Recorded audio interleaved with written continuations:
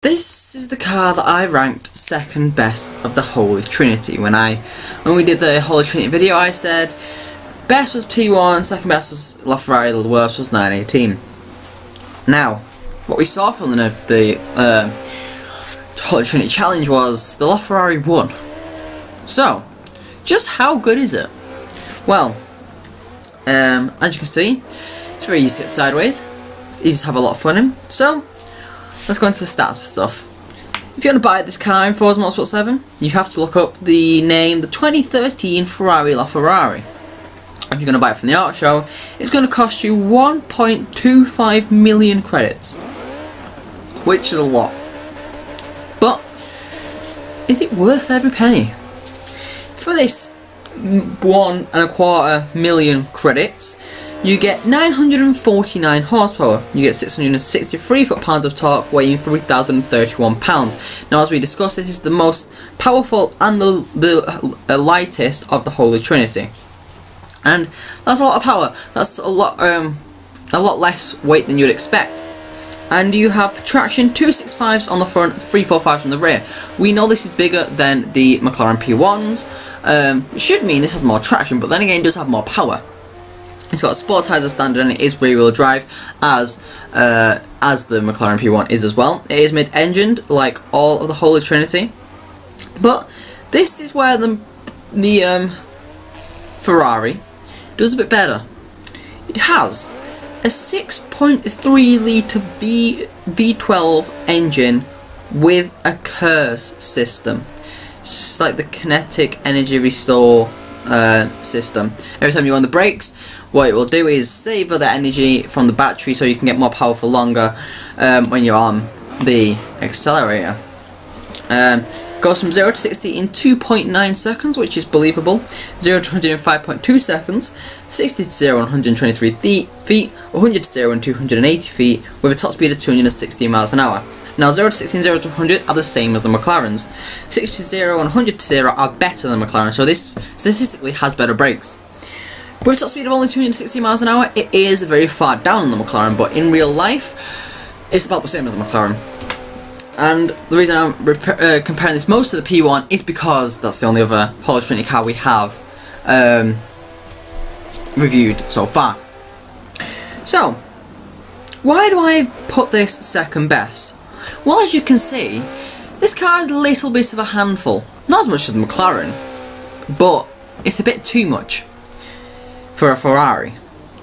Now, it's got bigger rear tyres, it's got more power obviously, but you've got like 30mm more on the rear tyres for 50, like 30mm more on each of the rear tyres for 50 extra, not even that, for like 40 extra horsepower. So why the hell does it slide out so much? I don't understand. Look at it as well. It does look relatively cool. It's got one nostril thing, and then the rear aero is a bit weird. It goes into the car and back out of the car and into the, yeah. It's like a ducktail spoiler, but it comes out more and goes in, and like you can't see it now, but we'll get to it straight and it will come out. And it doesn't make any sense to me because it doesn't look very good. That's very useful now you come to the front-facing camera Forza. No, there it is, the rear arrow. But yeah, it does look cool. I do like the look of the Ferrari. My biggest shtick with this car is the wing mirrors. I said this in the Holy Trinity video, but it does look like they designed the whole of the car, and then they were like, oh crap, we forgot to do the wing mirrors, and they just found two wing mirrors and just stuck it onto the side of the Ferrari. Yeah, don't know what the design choice was there, but hey ho, it's got a V12. It's not that bad. But yeah, so I do think this Ferrari is very good. It's in the Holy Trinity, of course. It's going to be incredible, but is it better than the P1 in my tests? Obviously, when we was doing the Holy Trinity challenge, there was the driver differences. Tigos preferred driving this LaFerrari, I preferred driving the P1, but he could get the LaFerrari to drive faster than I could get the P1 to drive, and we was in a racing situation, so it's all a bit different. But obviously the first thing we're going to test is the quarter mile. In the Holy Trinity video, you saw the LaFerrari win this, so will it be a 2 for 2 for the LaFerrari? Let's check it out. So here we are at the drag strip, at the airfield. We see a quarter-mile drag strip, and this obviously is going to get under the 10 seconds. It is a bloody hypercar after all. And it goes into third place with a 9.543, which is 1/10 faster than the P1. But it is a whole 0.5 seconds down on the Bugatti Chiron. So, our next challenge was to go drifting. And if this was going to be anything like the P1, it was going to be horrific. I'm in the wrong place. I'm trying to look for the drift score. But this thing, obviously we saw it drift about in the kind of preview of it, and it did it very, very well. It was easy to control, easy to kind of keep sliding, easy to get sliding, and it didn't really want to spin around much. But when you try and drift this, it does like to spin, like then. Yeah, that happened. We put a wheel on the grass, tried to turn it off. It got too much wheel spin, burst into massive amount of wheel spin, and spun us out. Now here trying to get accelerated, and it just spins its wheels up. I know the wheels are completely on fire because they're red raw, and I mean it's good for drifting, but with this amount of power, it's not good at all. Coming up to these longer sections, this LaFerrari was very easy to do that. Yep. But it's also very easy to keep in control, very easy to get around these long sweeping corners in one long sweeping drift. So it's not the worst thing ever, and as you can see, it does look relatively cool. I mean, I do have to get a bit of a wiggle on because I'm a bit close to the grass, but it does look pretty cool when drifting this thing. You're just there like, I'm in a very, very expensive hypercar, I cannot crash it, but I'm going to drift it anyway.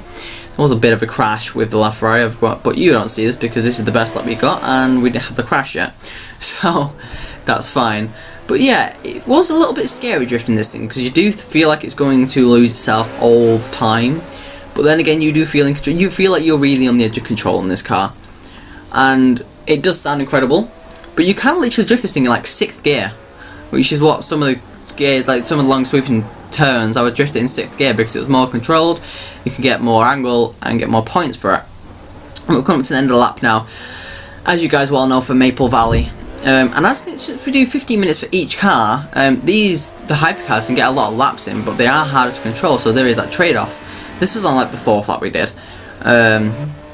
We got our best, and we kept it in control just. I thought it was gonna, yeah, there was. We won't talk about that. It just got a massive twitch on, and yeah, for into the wall.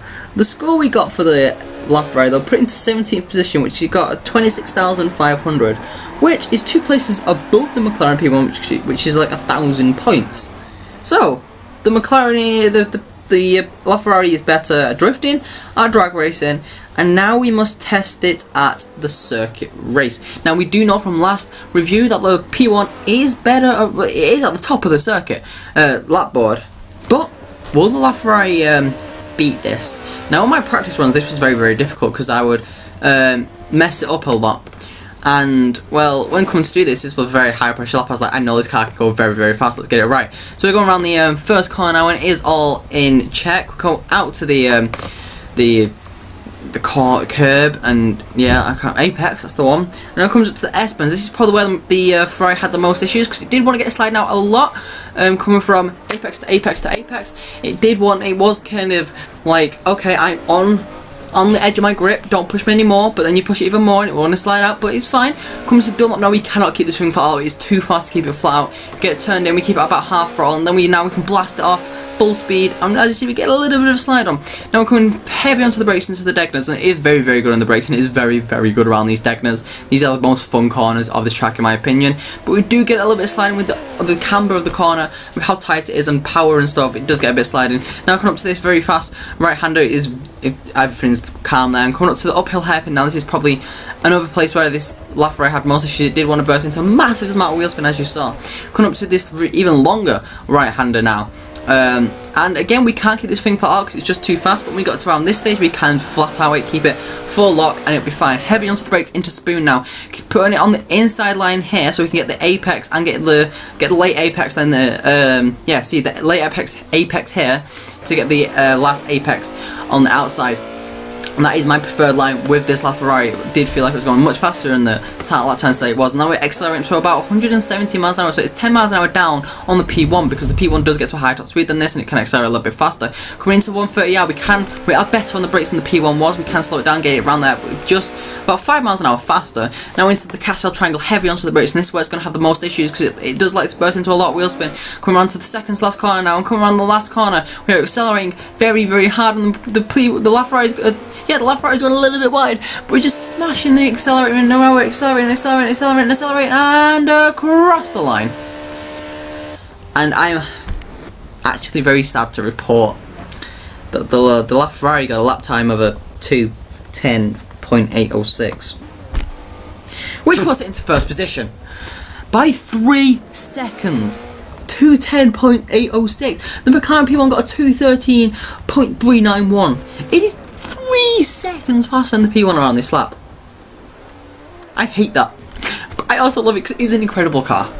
And it really does deserve to be up here because when I was racing around, I was getting around similar lap times to the P1. I was like, I know this thing can go faster. And I'm not going to be biased. I'm not going to make this thing drive worse because I prefer the P1. And as you can see, I made it drive so much better because it is the better car. And that will completely show you guys that this series, I may prefer certain cars, but they will never ever be biased because it's not a review. Then it's me making a car worse just because my favorite car can become better. And right now you can see this car is not my favorite, but it is 3 seconds faster than my favorite. And we did get a little bit of an off there, but that's fine. So yeah, I am very happy that this LaFerrari is very, very worthy of the top spot because it is an incredible car to drive. And it's a lot of fun, and it is very, very fast. So yeah, I have a soft spot for this Ferrari because I do think it is an incredible car. But it would never take the place in my heart of the P1 because the P1, in my opinion, is just better. But anyway, you guys tell me down below. Do you think the LaFerrari is that much quicker than the P1, or do you think the P1 could have gone a little bit faster? And also tell me, do you prefer this LaFerrari over the P1? All comments will be accepted. It's personal opinion. But the next car we'll be reviewing will be the 918. I know there'll be 918 fans that are really looking forward to that episode. That episode will be out like next week or so, hopefully. But yeah, I hope you guys have enjoyed. If you have, leave a like and subscribe for more reviews in the future. That's it from me, Tim D's Hyper, signing off.